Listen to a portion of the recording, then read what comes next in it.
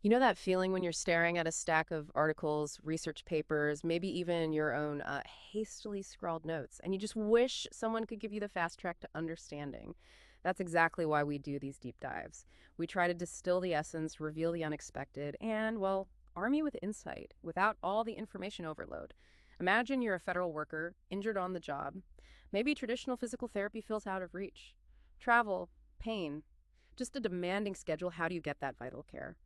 Well, today we're taking a really fascinating deep dive into the system designed to bridge that exact gap: telehealth physical therapy, specifically for federal workers injured on the job, under the U.S. Department of Labor's Office of Workers' Compensation Programs, or OWCP as you probably know it. Our mission for this deep dive, it's really to unpack the federal guidelines that made this all possible. We'll walk through the step-by-step protocols for actually delivering this remote care, explore some clever ways clinics are equipping patients for success at home, and finally, sort of demystify the essential documentation and billing requirements that ensure everyone gets what they need. It's about more than just convenience, really. It's about expanding access to vital care for injured workers and understanding a rapidly growing field that frankly benefits everyone involved. So if you've ever wondered how high quality physical therapy can be delivered right into someone's living room and how the rules ensure it's done correctly, safely, you're in for some surprising facts about innovation in healthcare delivery. Okay, let's unpack this. So to kick us off, what's the big picture here? When did the Department of Labor really formalize this ability to get PT via telehealth? And, was the timing significant? Yeah, what's truly insightful here isn't just when it happened, but how rapidly the OWCP pivoted. Sometimes government agencies can be slower, right? But they officially formalized their telehealth policies back in October 2020. It was through FECA Bulletin 2108. And for anyone maybe not familiar, a FECA Bulletin is basically a formal directive. It sets out new rules or clarifications for these federal workers' comp claims. This wasn't just, a temporary thing. It really signaled a fundamental shift in how care could be delivered, pushing boundaries on remote access. Okay, so a major shift at that bulletin. Given this new policy, then, who exactly is eligible to provide these telehealth PT services? Are physical therapists explicitly named? Yes, absolutely. Physical therapists, their provider type 71, are explicitly included, Yeah. right alongside physicians, OTs, psychologists, and others. The crucial point, though, is that providers must be properly enrolled with OWCP first. That's to bill for any services, telehealth or otherwise. Ah, okay. So enrollment is key regardless of how the service is delivered. Exactly. It ensures accountability, adherence to the federal standards. That point about telehealth not needing special authorization is interesting. I might have assumed, given it's newer, it would mean more bureaucracy. Does that signal trust in the existing process? Or maybe recognition of an urgent need for flexibility? That's a great observation. Telehealth itself does not require special pre-authorization from OWCP. If a physical therapy service is medically necessary and is already allowed under the claim, it can be delivered via telehealth without needing separate OWCP approval. So it piggybacks on the existing rules. Precisely, it really signals trust in the established authorization rules for PT. For instance, initial PT is usually authorized for 120 days from the injury date. Anything beyond that typically needs more medical justification, right? Right. Providing the service remotely doesn't trigger any extra permissions beyond what an in-person visit would need. It prioritizes access. Okay, that makes sense. But what about state lines? That sounds like it could get complicated. If a therapist is in, say, California and the patient is in Arizona. Yeah, this raises a critical and often complex question. The federal OWCP policy, it differs entirely to state laws and licensing requirements. Okay. So this means the therapist must be licensed in the state where the patient, the claimant, is physically located during that telehealth session. Ah, during the session itself. Exactly. So if the patient is in Arizona for that call, the PT needs an Arizona license, or perhaps a multi-state compact privilege if applicable. It's a hard rule. Ensures proper oversight, patient protection. Clinics have to be really diligent about verifying location at the start of each session. That makes perfect sense for regulation. And how are these encounters actually conducted? Is it always video, or can it sometimes be audio only? And importantly, is telehealth now a requirement for federal workers? Good questions. Encounters can be via secure live video or sometimes phone, as long as it's consistent with state practice rules. Now, while audio-only visits are allowed for certain services, interactive video is generally preferred for physical therapy. Because you need to see the movement. Exactly. Observation is so vital in PT. But a critical point here. Telehealth is considered optional. It's a tool, right, for convenience, for access. It is not a requirement. Yeah. There are definitely situations like initial evaluations needing hands-on tests or maybe complex manual therapy techniques that might still warrant an in-person visit for optimal care. So it's about clinical judgment. Absolutely. It's always about what's best for the patient's specific condition and recovery. Speaking of what's best, what specific services, the CPT codes, are actually covered for physical therapy via telehealth under OWCP?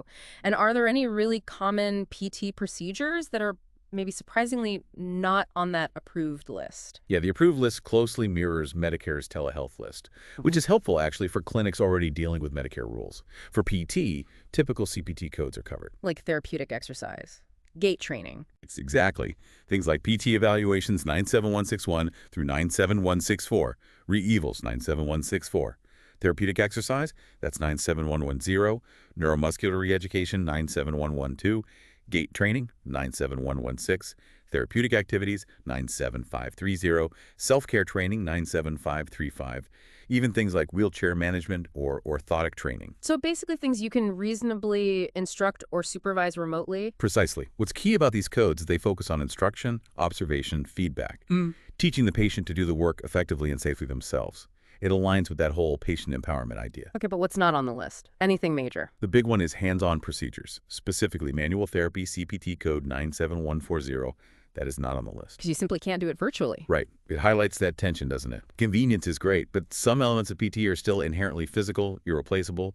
So it forces clinics to really emphasize patient education, self-management techniques, and you absolutely must only bill telehealth for the allowed codes. Bill 97140 via telehealth, and that bill will be denied, flat out. Okay, we've laid out the blueprints, the federal guidelines. But, as any architect knows, a blueprint's just the beginning. The real art, and often the challenge, is in the construction, the step-by-step reality of delivering this care. So let's walk through the actual protocol clinics follow to make telehealth PT a reality. How does it work on the ground? Right. This is where policy meets practice. It definitely begins with careful planning. Step one is patient eligibility and scheduling. First, you confirm the patient has an accepted OWCP claim for their work injury. That's foundational. Then check if they need a physician's prescription or referral for PT, depending on state rules. And you need buy-in from both sides. Crucially, yes. Verify that both the patient and the provider are willing to use telehealth, and confirm it's actually appropriate for the patient's specific condition. Can their injury really be managed remotely with exercises, education, observation? Then you schedule the appointments. Try to consider the patient's routine, avoid times they might be groggy from meds or right after a big meal. Maximize their focus. Okay, so they're scheduled. What are the next critical steps before the session even begins? Are there common pitfalls here clinics need to watch out for? Absolutely. Before anything else, you must get the patient's informed consent for telehealth. Ideally, a signed form but documented verbal consent can work too. They need to understand what Tele-PT involves, its limitations. It's not just paperwork. It protects everyone. And the tech side. Simultaneously, and show both parties have a HAIRPAC-compliant telehealth platform ready. This is non-negotiable. No public-facing apps like FaceTime or Skype. Right. Huge privacy issue there. Massive. Yeah. You need that security. And honestly, the most common pitfall, technical glitches. So best practice is to conduct a tech test ahead of time. Maybe have a staff member walk the patient through installing software, test the video link, verify they have a device with a working camera and microphone, stable internet, encourage them to find a private, well-lit space at home, room to move safely. And the therapist, too, needs to be in a private room. Confidentiality is paramount. That quick tech check can save so much headache later. It sounds like the clinic needs to be part tech support, part concierge almost, before the session. How else can you prepare the patient, practically speaking? Yeah, patient preparation is really key. Provide clear instructions on any items or exercise equipment they should have ready. Maybe you send them a small kit resistance bands, a stretch strap, or just ask them to gather simple household items. A sturdy chair, towels, even water bottles as makeshift weights. Resourceful. Exactly. Share an outline of how the session will flow just to set expectations. And remind them on the day, minimize distractions, turn off the TV, silence the phone, maybe put the dog in another room. Creating that quiet, focused environment makes a huge difference for engagement and ultimately how effective this session is. Okay, preparation done. Now, for the session itself, what happens during that initial check-in, and how do you adapt the actual treatment delivery in this virtual setting? All right, at the very start, the session check-in. First, verify the patient's identity. Then, critically, document their current physical location. For the licensing rules we talked about. Yes, for licensing compliance, and also, importantly, for emergencies. If something happens, you need to know where to send help. Then, confirm they can see and hear you clearly, ask them to adjust their camera angles so you get a good view of their movements, and emphasize safety throughout, especially for things like balance exercises. Tell them, have a counter nearby, or maybe have a family member stand by if you're at high risk for falls. And again, both parties must be in private settings. Confidentiality. Okay, check-in complete. How does the actual therapy part work? For the teletherapy treatment delivery, you essentially adapt your in-person techniques. For assessment, especially in initial evaluations, you take thorough histories. You guide patients through self-examination, carefully observing their movements, posture, range of motion via video. For therapeutic activities, you instruct, you demonstrate, and then you observe their exercises, providing real-time feedback and corrections. Lift your arm a bit higher, keep your core tight. Yeah. You incorporate any home exercise gear they have, ensuring they set it up safely. So constant monitoring is key. Continuous monitoring and cues are essential. Ask for immediate feedback. How does that feel? Any pain there? If you're tracking vitals like pulse rate, incorporate that to ensure safety. And engagement is huge virtually. You have to actively ask questions, educate them about their condition, maybe involve caregivers if they're present and it's appropriate. Finally, problem solving has to be built in.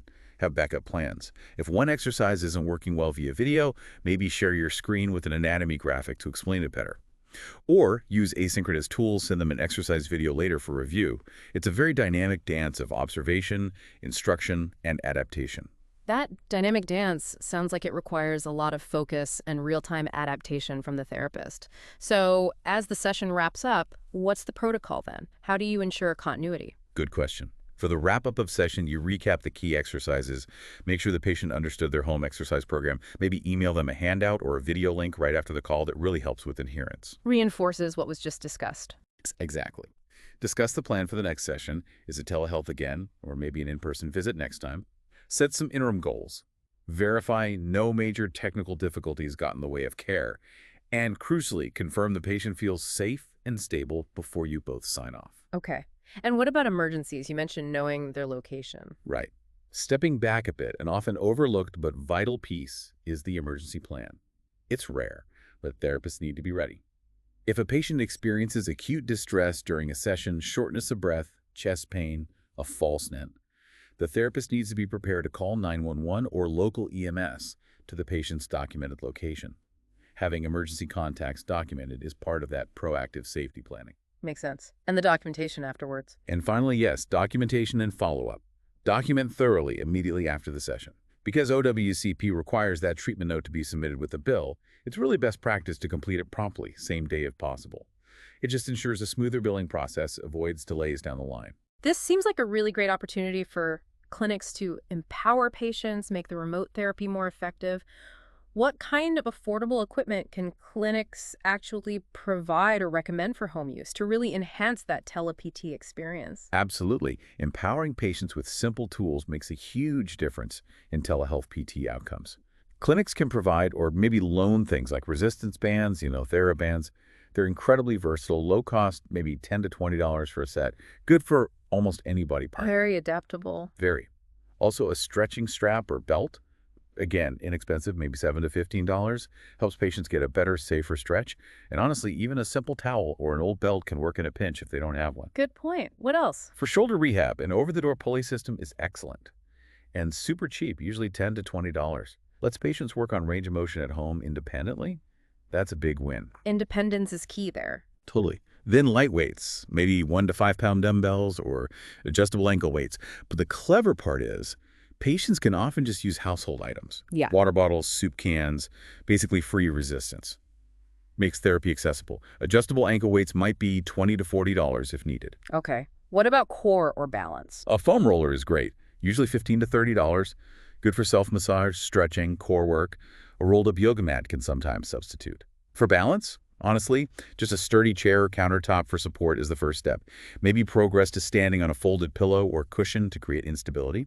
Foam balance pads are an option, but they're pricier, maybe $30 to $50. And exercise balls. An exercise ball or yoga ball is excellent too, around $20 to $40. Great for core, balance, stretching. But they are bulkier, take up more space at home. And then you have smaller things. Therapy putty for hands, mini loop bands for hips, door anchors for the resistance bands, ice packs for pain, all pretty low cost. That's a really practical list. But here's the million-dollar question for clinics. How do they get paid for providing this stuff? Does OWCP reimburse for equipment? Yeah, here's the crucial point on that. OWCP generally does not reimburse separately for home exercise equipment. Ah, okay. So it's an upfront cost for the clinic. Typically, yes. Clinics usually provide these items as a courtesy or maybe factored into their overall service cost structure. But that small investment, it's incredibly impactful. It really transforms the patient's home into a functional therapy space. It shifts responsibility, encourages self-management, boosts adherence. You often see better outcomes because the patient is more engaged between sessions. So it's a strategic investment, even if not directly reimbursed. Exactly. It pays off in better patient outcomes, which benefits everyone. But clinics absolutely need to provide clear instructions on safe use. Don't want any accidents with bands snapping or anything. Right, safety first. Yeah. Okay, that makes perfect sense. It's an investment in the therapy itself. Now, shifting to the paperwork side, this sounds like it needs to be a very tight ship. What are the absolute must-haves for documentation in these telehealth PT notes for OWCP claims? Is there any wiggle room, or is OWCP pretty rigid? Could minor omissions be costly? OWCP regulations are indeed very specific about documentation, and yeah, I'd say they take a pretty rigid stance. Minor omissions can definitely lead to claim denial or delay. And remember, those notes must be submitted with the bill. They go hand in hand. Okay, so what absolutely has to be in that note? You need to clearly state the visit was via telehealth. Specify the method, live two-way video, telephonically. And crucially, the start and end time, or the total length of the session. That duration is mandatory. OWCP uses it to verify the billed units. Time is critical. What else? It's definitely best practice to document that you verified the patient's identity and their physical location at the start, and that they consented to telehealth. Then your standard subjective and objective findings, just like an in-person note. Patient reports pain levels, function, any objective measures you gathered via video, range of motion estimates, observing functional tests, note any vitals collected. And the treatment itself. Absolutely. Details of interventions. Describe the exercises, activities, education provided. Note the patient's performance, their tolerance. If you gave home program instructions or mentioned equipment, note that too. And here's a specific OWCP requirement, an assessment of need benefit. Your note must justify why telehealth was needed for this session and how it helped the patient's recovery from their accepted work injury. Connecting the dots back to the work injury. Exactly. And finally, your plan and follow-up. Next appointment date, any requests for more authorized visit if needed. Keeps you compliant with the broader FECA rules. Are there any telehealth-specific things to note, too? Yes. If any technical difficulties happen, document them and how you worked around them. If a third person was present, like a caregiver, note that. Forgetting details like the visit length or not clearly linking the treatment to the work injury, those are common reasons for denial or delay. Using a checklist or a template, highly advisable. Avoids those costly mistakes. Okay, super detailed documentation is key. So once that's perfectly in order, how does the actual billing process work for telehealth PT under OWCP? What's the absolute key difference from billing a standard in-person visit that clinics must remember to get paid? Right. The billing largely follows the general medical billing process, but with those critical telehealth specifics we've touched on. First, obviously, use the correct CPT codes for the services provided, but only from that allowed telehealth list we discussed.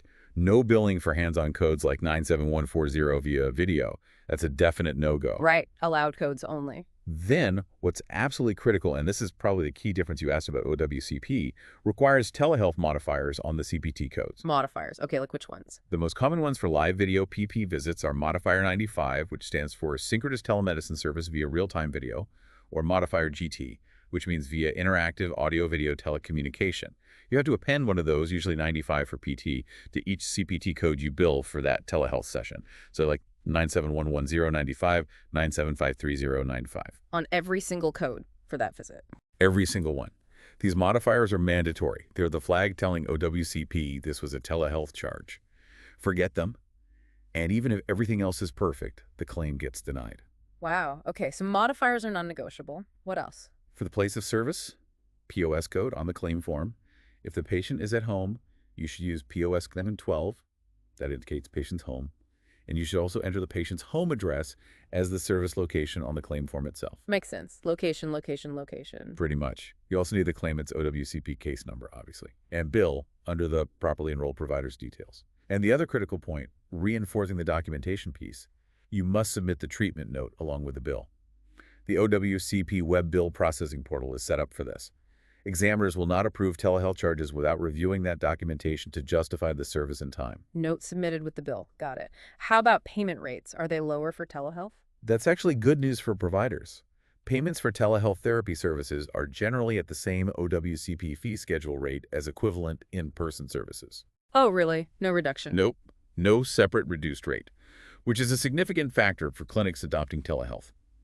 Also, remember, OWCP patients have no copay, and the provider accepts the OWCP fee as payment in full. One other small billing point, there's a telehealth originating site fee, code Q3014. But that can only be billed if the patient was at another medical facility, like a small clinic, that facilitated the connection, not if they're just at home. Okay, so usually not applicable if the patient's at home. Right. And finally, just make sure the units billed for any time-based codes align with the total time documented in your note, usually following the standard 8-minute rule per CPT guidelines. Wow, okay. That was a truly comprehensive deep dive into telehealth physical therapy under OWCP. That was a lot to unpack. From understanding those core federal guidelines, the specific services allowed, walking through that detailed protocol for patient care, equipping patients at home, all the way through the critical documentation and billing specifics. Yeah, you definitely have a shortcut now to being well-informed on this vital topic. We've really seen how a robust framework allows injured federal workers to get essential care conveniently, while still ensuring privacy, safety, and importantly, proper reimbursement for the providers doing the work. It's quite a testament, really, to how regulations can adapt, sometimes pretty quickly, to expand access without sacrificing quality, especially in a system like workers' comp that can seem complex. Absolutely. And if you take a broader view, stepping back from just OWCP, this kind of detailed protocol for telehealth in such a highly regulated area, it really underscores the immense potential for remote care overall. It highlights how careful planning, that strategic investment in empowering patients, and yes, strict adherence to the guidelines can make a huge difference, both in access and in outcomes. It's genuinely transforming how healthcare can be delivered. So what does this all mean for you listening in? Well, beyond the specifics of OWCP Telehealth PT, this deep dive, I think, raises an important question for you to consider. As we continue to refine and expand telehealth, what surprising new possibilities does this model open up? Maybe for other types of care, or other populations facing significant access barriers, perhaps even outside traditional medical fields altogether. Where else could this work? That's something to mull over until our next deep dive.